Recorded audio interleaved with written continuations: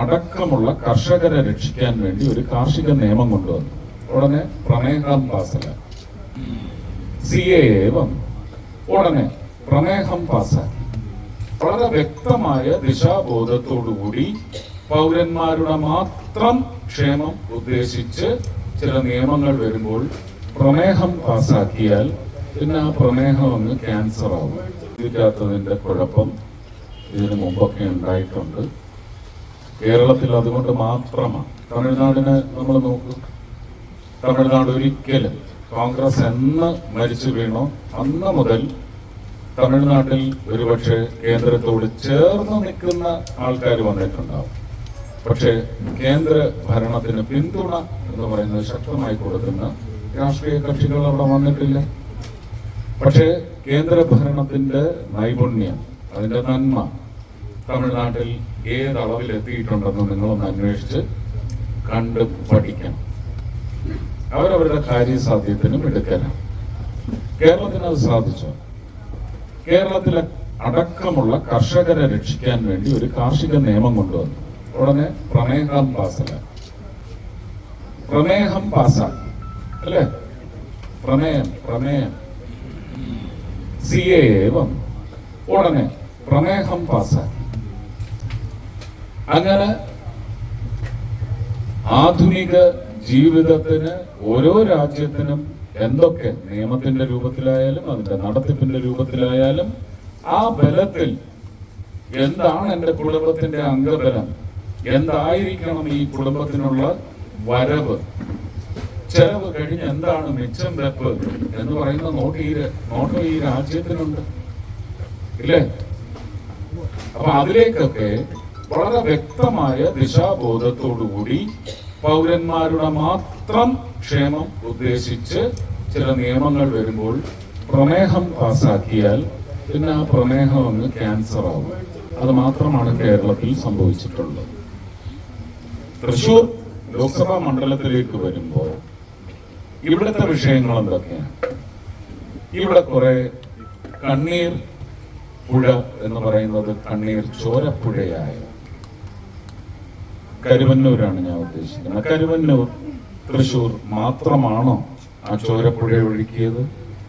കേരളത്തിലെ 100 കണക്കിന് ബാങ്കുകളിൽ ഈ അധമം നടന്നുകൊണ്ടിരിക്കുകയാണ്.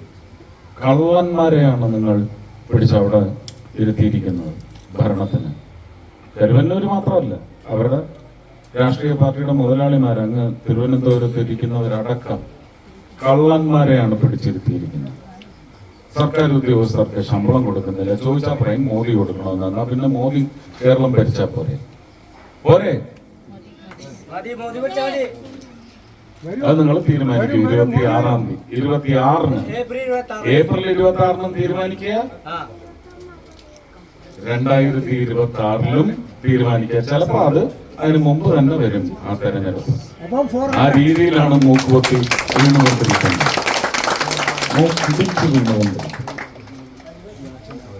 അപ്പൊ തൃശ്ശൂരിലേക്ക് ഞാൻ വീണ്ടും വരുന്നു. ലോക്സഭാ മണ്ഡലത്തിലേക്ക് വരുന്നു.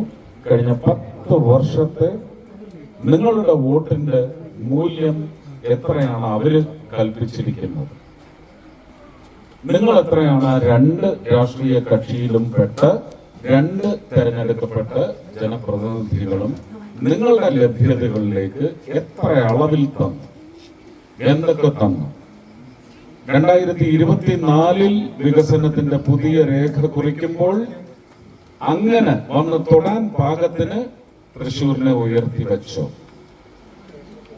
2029 തെരഞ്ഞെടുപ്പ് എത്തുമ്പോൾ അങ്ങനെ ഒരു ഉയർപ്പ് തൃശ്ശൂരിന് വേണമെങ്കിൽ താമര വിരിയിക്കൂ കേരളത്തിൽ, തൃശ്ശൂരിൽ.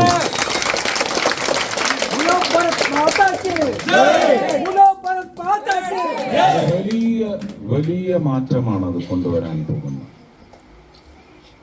നിങ്ങളിങ്ങനെ മാറി മാറി പാച്ചുവിനും ഗോപാലിനും കൊത്തിക്കൊണ്ടിരുന്നാൽ നടക്കില്ല.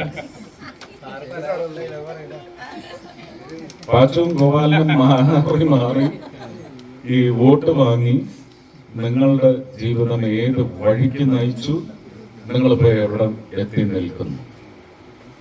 ഞാൻ ഒരിക്കലും ഈ പാച്ചുവിനും ഗോപാലിനും മേലെ ഒരു മേലെ എന്ന് പറയുമ്പോൾ തേനും പാലും ഒഴുക്കുന്ന മറ്റൊരു പാച്ചുവായിട്ടോ കോവാലിനായിട്ടോ അല്ല വരാൻ ഉദ്ദേശിക്കുന്നത്.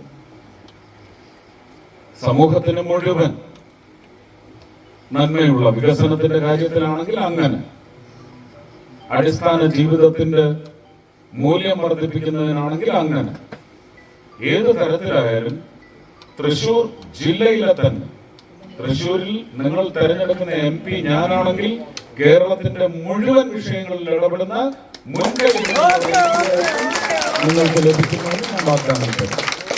അതിനപ്പുറം ഒരു വാഗ്ദാനം ഇല്ലല്ലോ, അല്ലേ? ഉണ്ടോ? കേരളത്തിന്റെ അംബാസിഡർ ആയിരിക്കും ഞാൻ. അതുപോലെ അതുകൊണ്ട് ഞാൻ പറയുന്നു, മാറി മാറി ഇനിയും പഴയതിനെ മാറി അങ്ങനെ വോട്ട് ചെയ്തിട്ട് കാര്യമില്ല.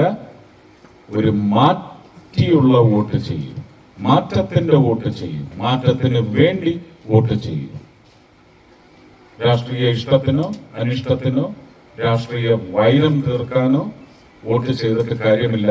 ഇനി നിങ്ങൾ നിങ്ങളുടെ ഭാവി തലമുറകളെ മാത്രം ഹൃദയത്തിൽ പൂജിച്ച് അവർക്ക് വേണ്ടി വോട്ട് ചെയ്യണം. നിങ്ങൾ നിങ്ങളുടെ വോട്ട് ചെയ്യണം, നിങ്ങൾക്ക് വേണ്ടി മാത്രം വോട്ട് ചെയ്യണം. താമര ചിഹ്നത്തിൽ വോട്ട് ചെയ്ത് എന്നെ വിജയിപ്പിക്കണമെന്ന്